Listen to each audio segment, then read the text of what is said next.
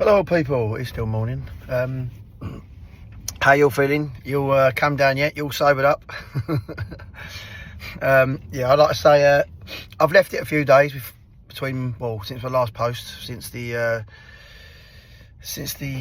open top bus parade. I thought I'd let things settle in a little bit, because I wanted to let the euphoria of winning the trophy wear off, so I can get some sort of sense of normality back, and my brain's not to be too seduced by winning that first trophy for 17 years and 41 years European trophy wise, because I think in talking to people and lots of people around, everybody's minds were changed regarding Ange Postecoglou, and I found myself having a couple of arguments, not major arguments, but just sort of disagreements with people over it. So I thought, and even myself, I was a little bit seduced by it, and a little bit softened by it. I'll maybe give him a chance, but it's more because there was other people forcing me or pushing it on me. I think that's why I felt I needed to have a little bit of a get away from everything and listen to some other people's views and wait for the last home game and see how that went. Whether we got a lift that you can possibly hope for next season from winning the trophy.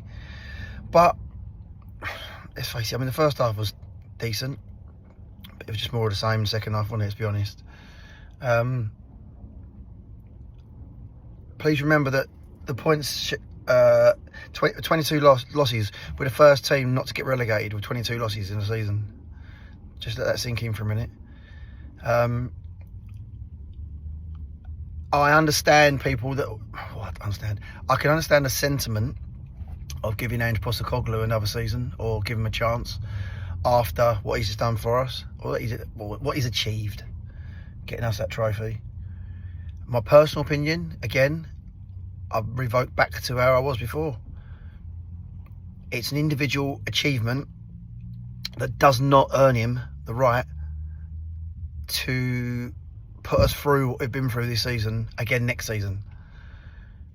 I spoke to a couple of people regarding winning the trophy and finishing 17th, and potentially before someone said, "Oh, if we can guarantee you a trophy, would you finish 17th?" And probably some of us would have gone, "I'll take it," just to get that monkey off our back of winning a trophy. But after going through the season and losing almost every week, I will not take that. I don't want that next season, and if you offered me the FA Cup next season and finish 17th, I'm not having it. I wouldn't want it. Thank you very much. I'd rather have a decent season in the league and have a normal few guns. It's changed my view. I'm not saying it's everybody's. It's just my personal view. Every single week, playing the way we were and getting beaten every week was just depressing, demoralising. It made me not want to watch match of the day every week. I didn't want to watch football. I was watching games, and it was so bad like not watching the second half because I was turning it over, still having it on my phone because I'm addicted to Tottenham, as we all are.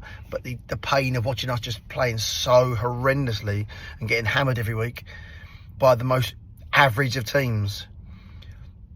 And let's face it, if we're honest, I mean, Manchester United are probably the worst Manchester United that's ever been in my living history. Anyway, my years. And I think the only decent team that we beat, obviously, were Frankfurt, in my opinion, in that run. The rest of the run in the Europa League was pretty average, very face it. I mean, they would struggle to finish in the top half, most of those teams in the Premier League, and probably Championship. They're probably Championship level, I'd say, most of the teams. So I'm not taking the achievement away, because you can only beat who's in front of you. And my God, it's given me and all the Tottenham fans a fantastic week of celebration. Felt amazing to see the open top bus go down Tottenham High Street for the first time in my life since 1991. Was fantastic. There's no two ways about it. The night we won it, singing, watching Sonny lift that cup, brought me to tears. It absolutely did. That's one guy that deserved that trophy, didn't he? I mean, I don't feel sorry for these people because they earn fortunes and their lives are just on a different level to ours anyway. So I'm not one of these people that romance about them like that. But just on the fact that he has been loyal to our club when other players have gone off and left that weren't as good as him to win trophies. I understand why they've done it, but they done it and he stayed. So, and that includes Harry Kane and that. So watch him pick that trophy up, really sort of definitely. Well, that was the moment that I had tears running down my face like a kid. But yeah, I mean, it was fantastic. Let's face it. I mean, we'll go into talking about it. I want to talk about that in a different video because it was amazing. The things I saw, people I spoke to were just amazing. It just all different. And I tell you what hit me. I had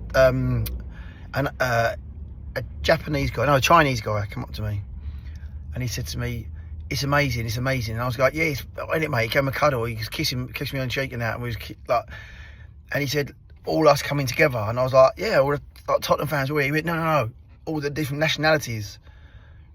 And it hadn't struck me.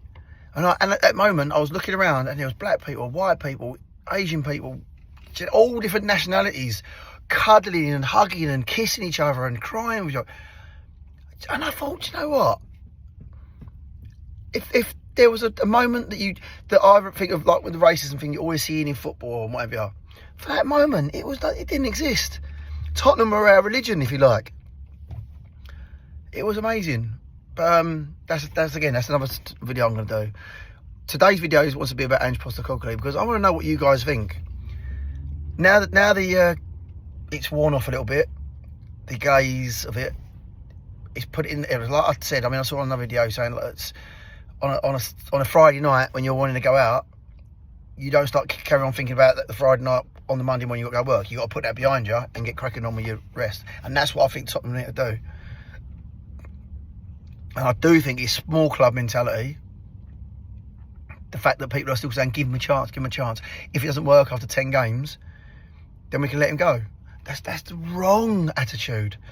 Because we need the new guy to come in. How many chances are we going to get this chance when we're in the Champions League? We've got this extra bit of money coming in. We've got this everything going for us at the moment, thankfully because of the cup, winning the trophy. We've got a perfect chance to get a new guy in that can organise them better. He got a bit of money to put behind him. And if you leave Ange in, and we invest in him a little bit, because we're going to have to invest in him if he's going to have any chance of getting games. Can you imagine us in the Champions League? If we're losing against the teams we're losing against in our league now, everybody pretty much, if we come out against PSG, we've got PSG in the Super Cup coming up. Are you not worried about that? They're going to hammer us. Because PSG are a bloody good team. I mean, you see them, they're absolutely off the scale at the moment. They're so organised, they're so good. If they play against Tottenham, we're talking like a cricket score, I think. I fear it anyway. So that goes back to we need a guy that's, I think, is going to be a better manager, a better organiser. I like Glasner, Areola, but I don't think that's going to happen. The Poch thing always comes back, but Poch, I don't think that's going to happen this time. We've got the America job's too important to him, and even if he does, we do ask for it, get him over it now. It's going to be into our pre-season before he can leave America. The American job to come into us, and that's too late in my opinion. The next guy needs to be in as soon as possible, so he can start organising the team, start getting to know the players, who he wants to go, who he wants to stay in. He can then bring some players in, and have a full pre-season to get his philosophy across to the players. Yeah, that's my take on it really. So just to make things clear, I think we shake his hand. Thank you very much for the memories. But 22 league defeats and finishing 17th in the league for me is just unacceptable. And the word unacceptable is used too much in football. When I say unacceptable, and then people move on from it. Unacceptable means that's it. Change happens. So anyway, that's me. I'm going to let it go now because that's enough for me on the times. Please like, subscribe, hit the notification button if you can, if you like the videos. Please get involved with the conversations. I always have a chat back if I can. And no dodginess, please. No insults and things, unless you want to get blocked, because there's no point in that. We're all football fans at the end of the day. We're all Tottenham fans, and we're all humans. We don't need the negativity.